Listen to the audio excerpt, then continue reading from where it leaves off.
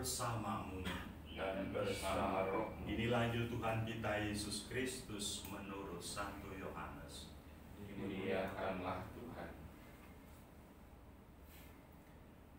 Setelah makam Yesus kedapatan kosong, maka Maria Magdalena berdiri dekat kubur dan menangis.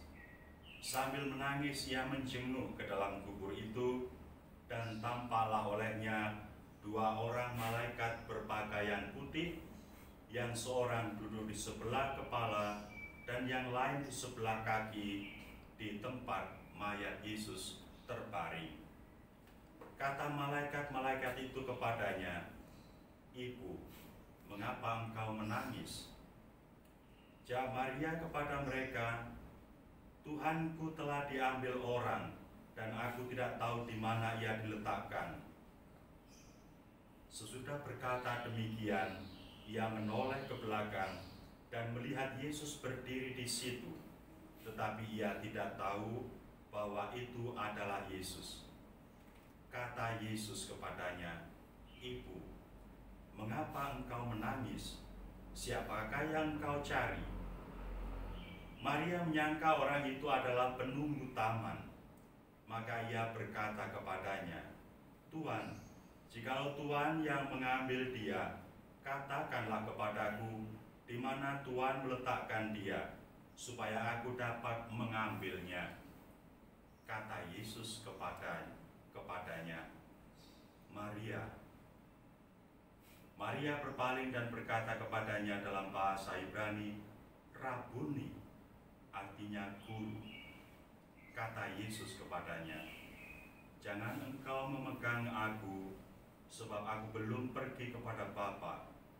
Tetapi pergilah kepada saudara-saudaraku dan katakanlah kepada mereka bahwa sekarang aku akan pergi kepada Bapakku dan Bapamu, kepada Allahku dan Allahmu." Maria Magdalena pergi dan berkata kepada murid-murid, "Aku telah melihat Tuhan," dan juga bahwa Tuhanlah yang mengatakan hal-hal itu kepadanya. Berbahagialah yang mendengarkan sabda Tuhan dan tekun melaksanakannya. Sabdamu adalah jalan, kebenaran bagi hidup kami.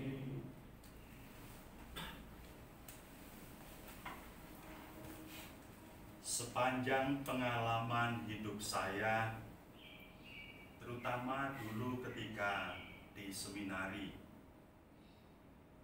kami mempunyai panggilan masing-masing yang bukan nama diri kami. Setiap orang mendapat julukan tertentu atau nama panggilan tertentu, terutama di kelas oleh kawan-kawan kelas sendiri. Tetapi hal itu rupanya juga tidak terbatas pada kehidupan para calon imam. Tidak terbatas juga pada kehidupan di kelas kita di sekolah biasa. Di rumah, orang tua kita juga mempunyai panggilan khas tertentu pada masing-masing anaknya. Panggilan seperti itu menunjukkan relasi, kedekatan, keakraban, menunjukkan kekasannya seseorang yang dikenal, yang diketahui, dan orang biasanya tidak marah, senang. Orang biasanya akan merasa bahwa memang begitulah saya. Dan karena itu setelah lepas dari sekolah atau setelah lepas dari keluarga, orang yang dulu akrab dengan kita, memanggil kita dengan sebutan atau panggilan khas kita itu, kita masih akan teringat dan menolehnya. Walaupun mungkin sudah dikenal dengan sebutan lain, sudah mempunyai pengalaman kerja yang berbeda dari kedudukan yang dulu hanya orang biasa. Panggilan khas menunjukkan relasi yang demikian akrab dekat, menunjukkan kekasan siapa diri kita. Agaknya dalam Injil agak berbeda, bukan panggilan lain, melainkan nama diri yang membuat seseorang mengenal dan dikenal dengan baik. Yesus tidak memanggil Maria dengan nama panggilan yang mungkin diberikan oleh begitu banyak orang, dan karena itu nama panggilan Maria mungkin bukan nama dirinya,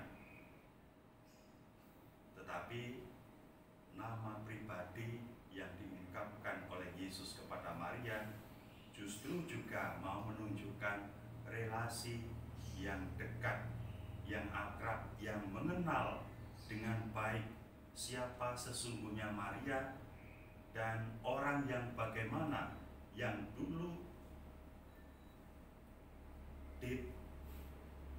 dinilai lain oleh kelompok masyarakatnya, tetapi dapat menjadi orang yang mempunyai kepribadian yang sejati, yang asli, yakni dirinya Maria.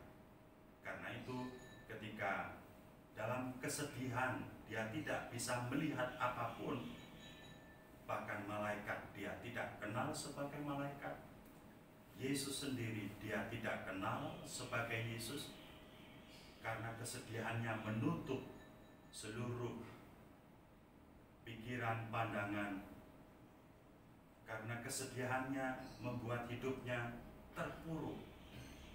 Barangkali mungkin air matanya mengaburkan pandangan itu, tetapi sesungguhnya dari dalam dirinya dia mengalami keputusasaan. Ketika Yesus memanggil dia dengan namanya, baru dia menyadari bahwa dia berhadapan dengan orang yang sungguh mengenal siapa dirinya dan yang sungguh mengharapkan bahwa dirinya dapat menjadi yang sejati, yakni Maria.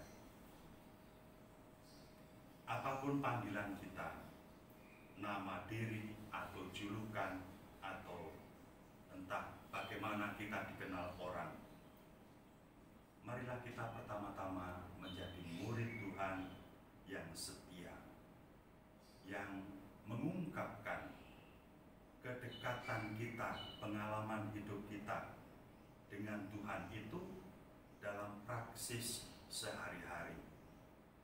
Dalam masa pandemi COVID-19 ini, mari kita satu sama lain mendukung, menguatkan, memberi kesaksian bahwa Tuhan dekat dengan kita dan kita disayangi oleh Tuhan melalui saudara dan saudari kita, melalui setiap orang dan institusi yang berkehendak baik.